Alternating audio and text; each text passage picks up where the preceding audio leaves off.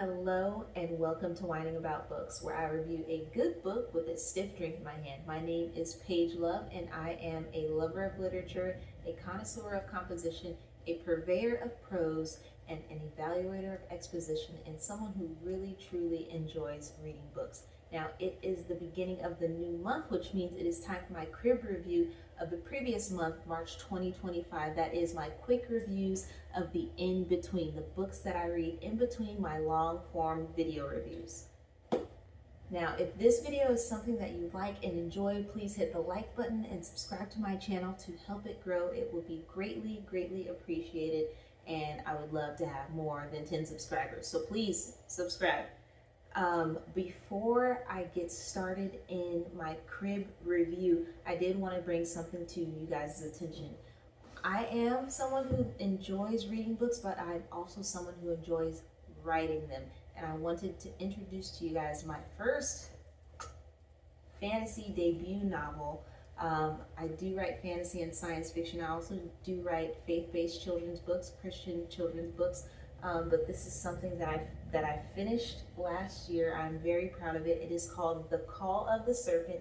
You can find it on Amazon for $12. So please, if you enjoy fantasy, it is a female heroine, demigoddess. She transforms into like a snake-like thing. If you enjoy that, please, please, please go and buy my book. It would be greatly appreciated.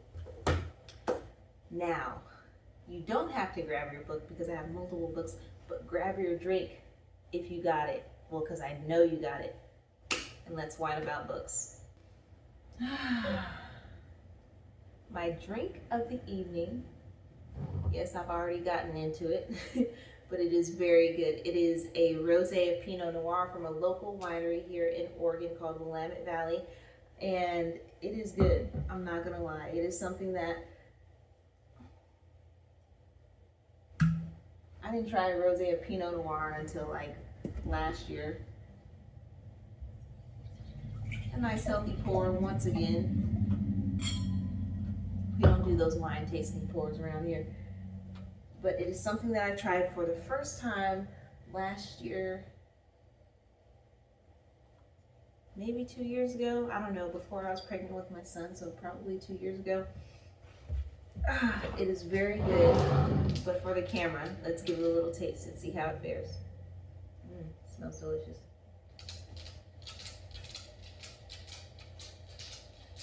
That is good.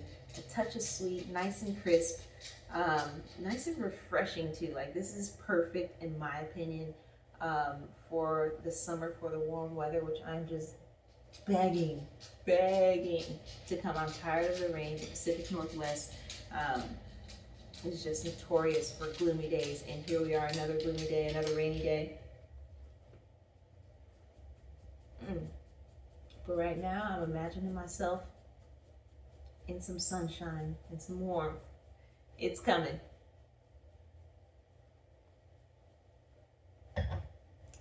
Anyway, let's get into it. My March reading. Are you serious? Thorn, come here. Hi. I've got to do this video. Oh, hello. I've got to do this video, bub. So you can either lay down here. Okay, you're gonna lay down here. All right. Anyway, before I was so rudely and lovingly interrupted, my reading for the month of March was very minimal. I did not hit my reading goals whatsoever. We went on vacation about the second week of March. I promised myself I was going to read then, never picked up a book, and then just motherhood. It had me by the throat. It had me in its clutches and would not let me go, meaning that my son found books that he really loves, the Llama Llama books, and I've been reading those non-stop, it feels like. But I love that at 1 year old he is already getting into reading. It is something that my husband and I hoped and wanted for him. Books are just a gateway to another world, and they were my escape as a kid. They were my husband's escape as a kid, and just kind of build your imagination. So to see him so interested in books and picking them up and nearly throwing them at us to get him to read it, to get us to read it to him. There's really no greater joy. But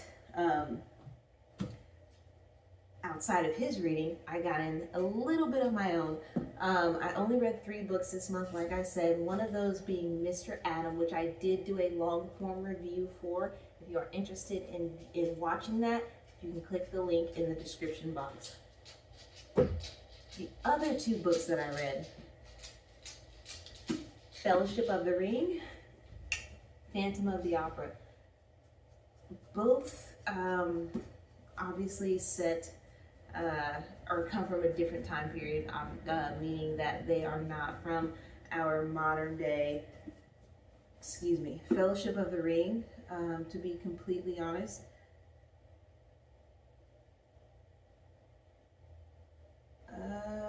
let's see, Tolkien lived from 1892 to 1973, so 20th century. And then Phantom of the Opera is 19th century. I do enjoy reading books from time periods before this one, so before the 21st and even before the 20th century. I do enjoy reading books like that. I love the language. I love basically seeing the mind of someone who came a couple hundred years before me work. It is wonderful to see. But I did get to read The Fellowship of the Ring. As I did in my last video, I do not want to give away much of the plot and the storyline, so I'm just going to kind of give you what I enjoyed about this book. I watched the movies, The Lord of the Rings, the trilogy, before I ever picked up these books. So that includes The Hobbit and the Lord of the Rings trilogy. And let me tell you, I don't know what took me so long. That's a lie. I do know what took me so long. If I watch a movie or a show that is based off of a book and I watch it before I read the book, it does take me longer to get to the book, because now the director's vision of the story is in my head and not something that I can kind of build up in my own mind from the author's description. So it almost kind of takes away a bit of the magic for me. But with that being said, there's so much magic in this book. Tolkien, you see why he is called the grandfather of fantasy, of modern day fantasy novels. This was, in my opinion, so much different than The Hobbit. The Hobbit was fun.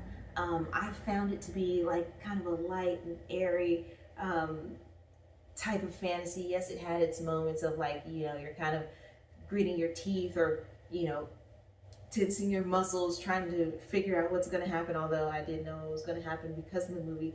But still, there's still some fun and some journey in reading that.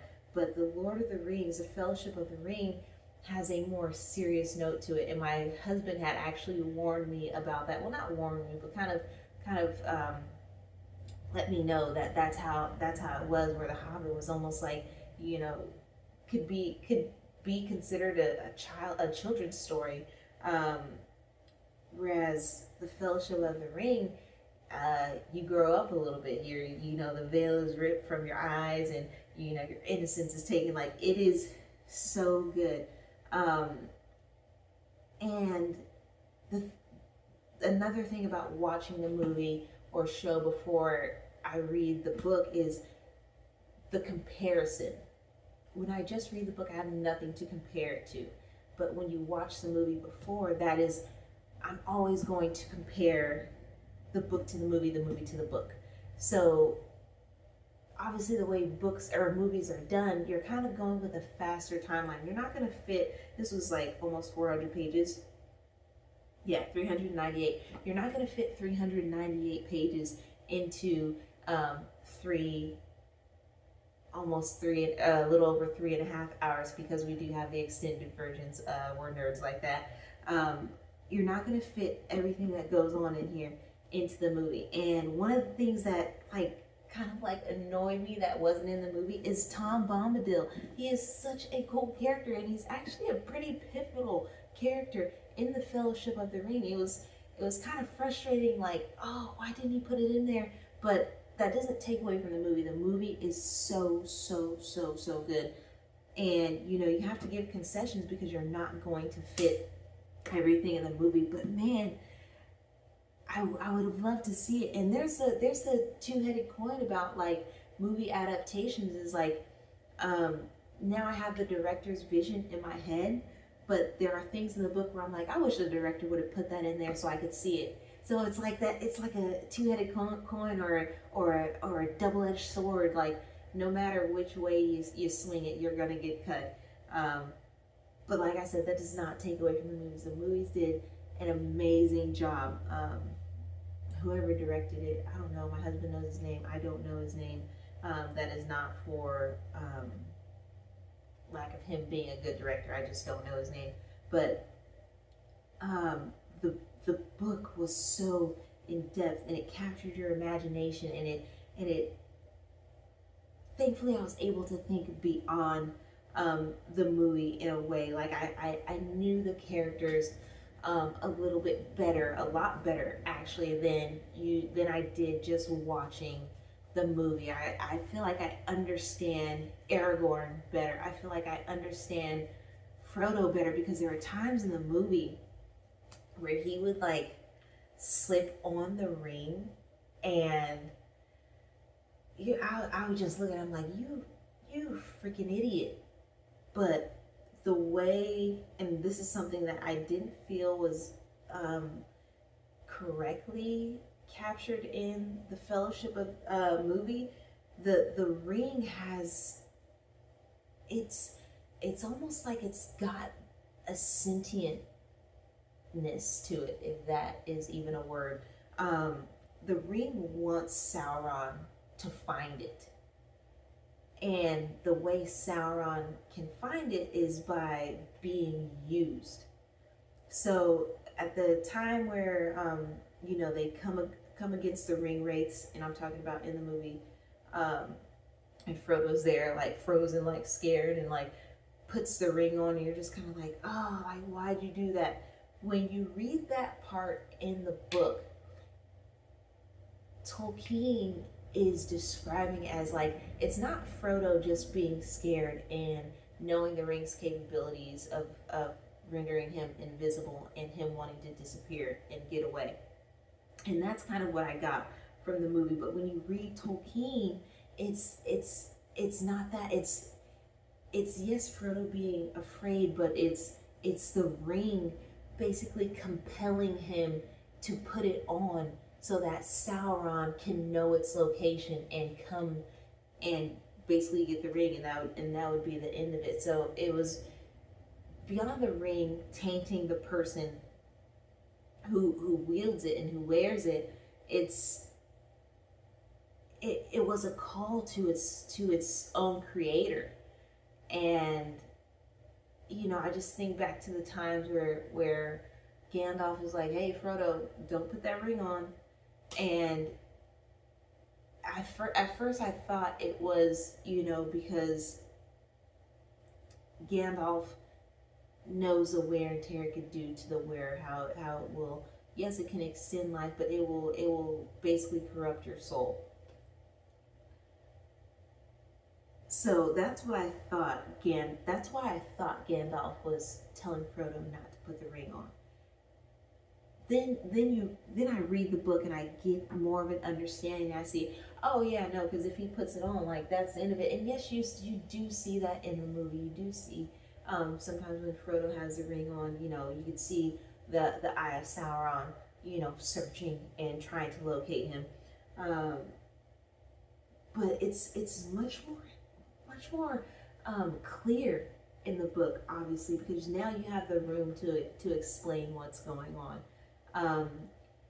I feel like I understand. Obviously, in the movie, I understood Boromir, and I liked his character in the movie, but I liked his character so much more in the book. And humans are always at the short end of the stick when it comes to fantasy. Like, we are always the tainted ones. You know, the elves have, you know, better morality and integrity. The dwarves have better morality and integrity. Everyone has better morality and integrity than a human.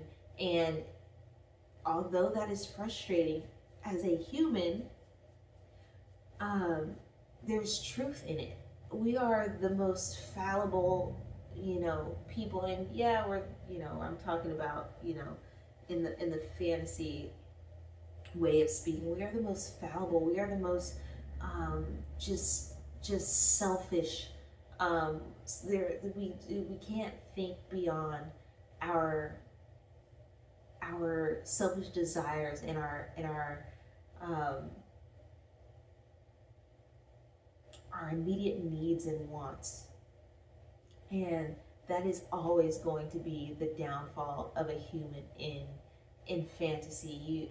And that's why when you have a human who is able to fight against that or does a good job fighting against that, you you have an appreciation for that character. And yes, Boromir fell and failed, but as I know, because I've seen the movie, he has this nobility at the end where he's able to basically redeem um, that fallen version of himself. So, you know, just kind of meeting Boromir from the beginning of the book and knowing that he is a noble man who is human and falls to the temptation and the call of the ring without even wearing it. He's just near it. He's just, you know, helping to guide Frodo to a, you know, up to a certain point, so that he can go back to Gondor. Um, you know, so he's not even wielding the ring, but the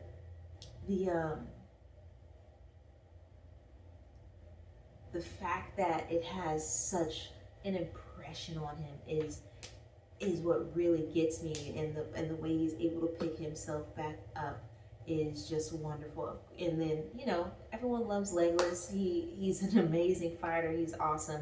Um, in the movies, he was like growing up. He was my favorite.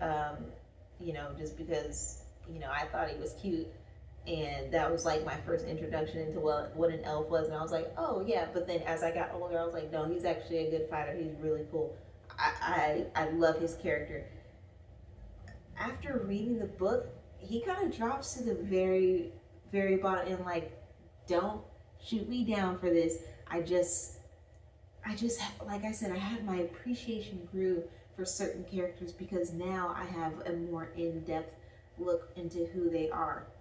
Anyway, to kind of wrap this up, because I've kind of gone over my time of what I wanted to, you know, say about this book. Um, it's a wonderful read. It is, yes, it is sometimes dense and in depth. Like Tolkien gives you so much information on like who a certain person is and what the history of some you know, a group of people is, and you know, this and that. So you almost get overloaded with information, and just when you feel like you cannot take any more information, here he drops, you know, a precious jewel, a nugget of just um, uh, you know, action, or you know, describing a place. It is so clear from the way Tolkien talks about some of the places, which yes, they're not real, but I did watch a documentary about the places that he wrote about and how it translates to where he actually grew up and the places he visited in England and things like that. You can tell Tolkien has such a love of nature. There, like, oh, there were so many times where I was just like, oh, I wish I could see this place, you know. And the most I could do was just turn on the movie and, you know, view it from that angle to see things come alive through the movie. So that was wonderful. If you have not read The Hobbit or The Fellowship of the Ring, or not even dipped your toe into the Lord of the Rings trilogy, I suggest you do so. If you are a fantasy fan, if you are a literature fan, there is a reason why this man is called the grandfather of fantasy. Pick it up, read it. It will change the way you look at fantasy today, modern fantasy.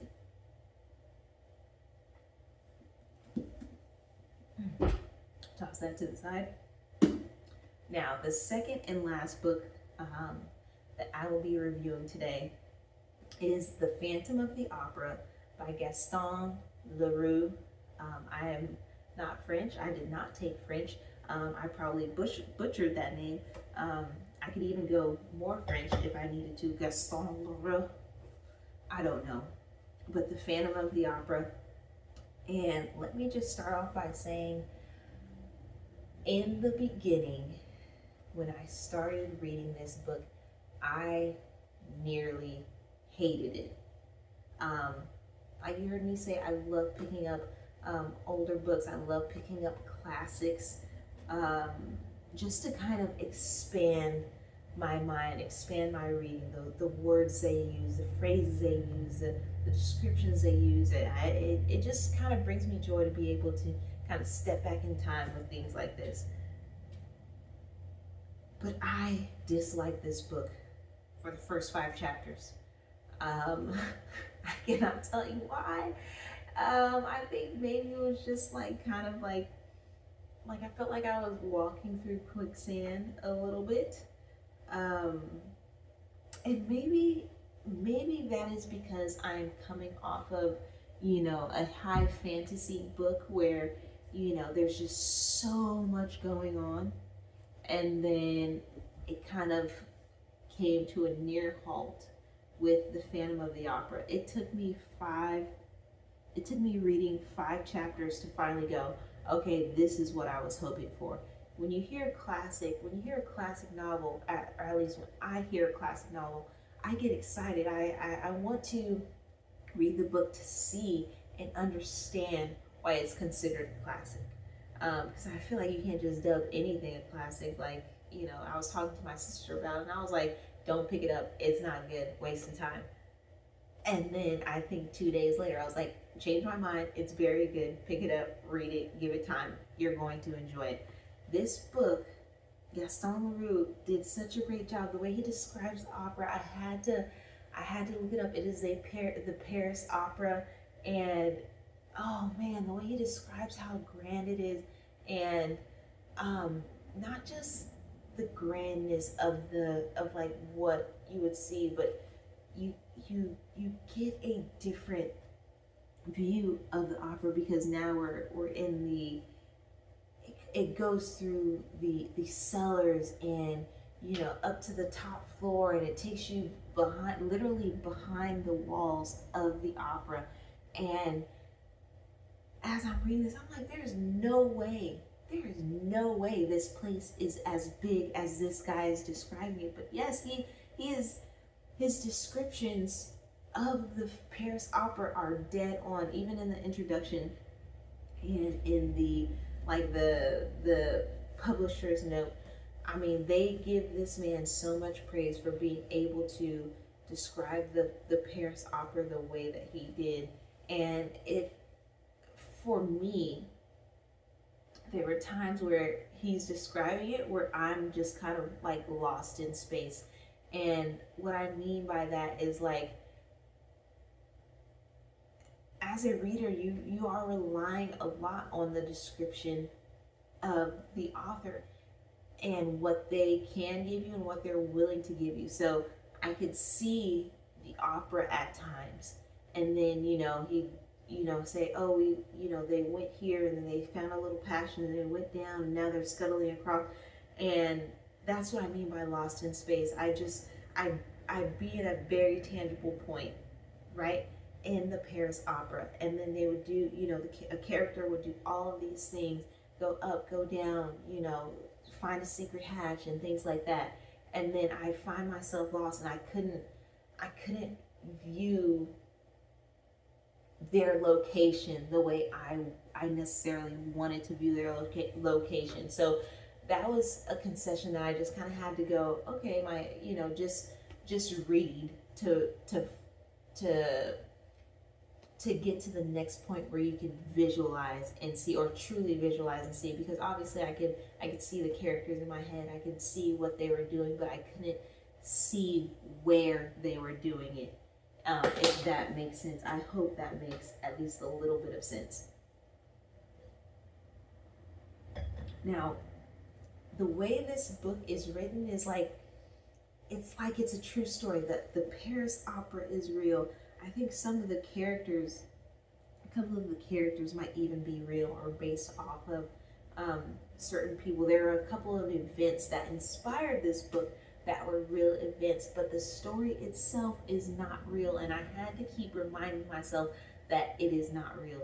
The Phantom is, whose name is Eric, is just a made up character, but the way Gaston Leroux writes this story, I found myself, believing every bit of it. And even Gaston Leroux, on his deathbed, said it's a true story, believe every word. So it's just, you know, funny in my mind that he kept up with it, to the point where he was like, yeah, it's real, and almost like it's shrouded in mystery, like I know it's not true, but is it? You know what I mean? And that was a fun in reading this book, and it's going to be, I'll probably find myself picking it up again, and even watching the movie. I know there's one with like a more recent with Emmy Rossum, and I think Gerard Butler's in it. I don't know, but I also want to watch like the older version. There's like a black and white version that I want to kind of get into, because it was so good. I mean, like there was a point where when I did a complete 180, I was like, oh, I love this book. I even talked about it with my husband. I said, you know what, this book actually changed my mind on it changed the way I thought a little bit, because I don't necessarily dabble into like, this is not like the Victorian era is not something that intrigues me.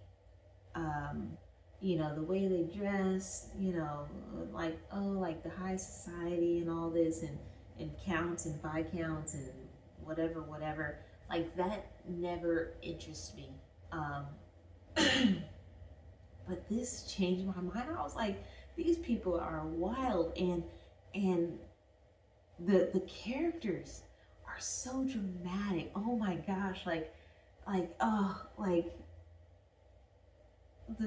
everything that happened was just like to the tens. You know what I mean? Like, Raul was in love with Christine, and the way he just talked about her and described her, I'm just like, dude, you need to take it down several notches. Like, I mean, like, you would actually think that if this man's heart broke, that he would die. Like this, like they are some dramatic characters, and I don't know if that's just these characters or if it's like the whole Victorian era, or maybe it's just the way the story was written. But I had to like put down the book a couple times and go, you guys need to relax. Like, we all need to take a deep breath so we can figure some things out.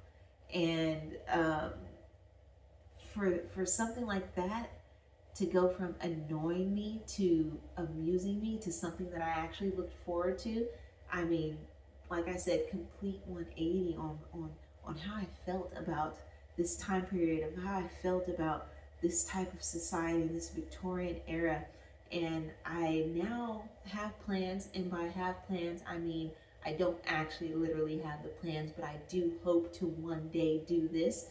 I have plans to be able to go to Paris and tour the Paris Opera. I mean, my husband and I already went on the website and looked at tickets, and they actually have guided tours for 23 euros, which seems like a very low price. You got something like that in America, it's definitely going to be more than $23. I feel like a ticket to our local zoo, to the Oregon Zoo, I believe is more than going to see this work of art. And let me tell you, the Paris Opera is a work of art. It's obviously I looked it up on Google Maps, and it's hard to see buildings like that with how delicate some of the details are, and seeing the construction, and knowing that they didn't even have the tools that we have today.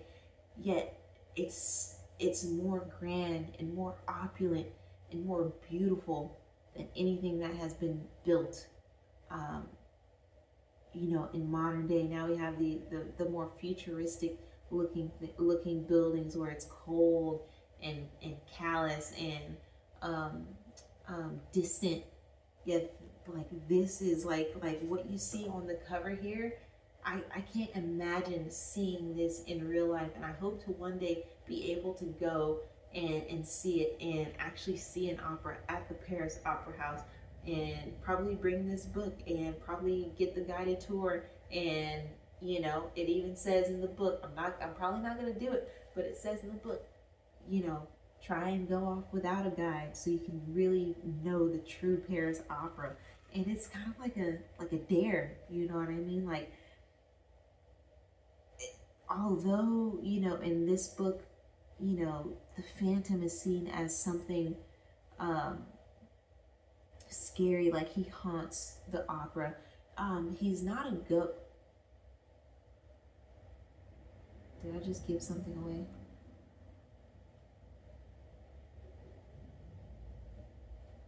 I think maybe I did. I think I gave a big thing away. Okay, well, that's the last thing I'm gonna I'm gonna give away. Man, it's hard. It's tough to talk about a book and also, like, not talk about it, because that's what I want to do. I want to talk about it, but I don't want to give away any spoilers, because what would be the point in you picking up the book anyway? Um, Now, I know this was a different way of me doing things.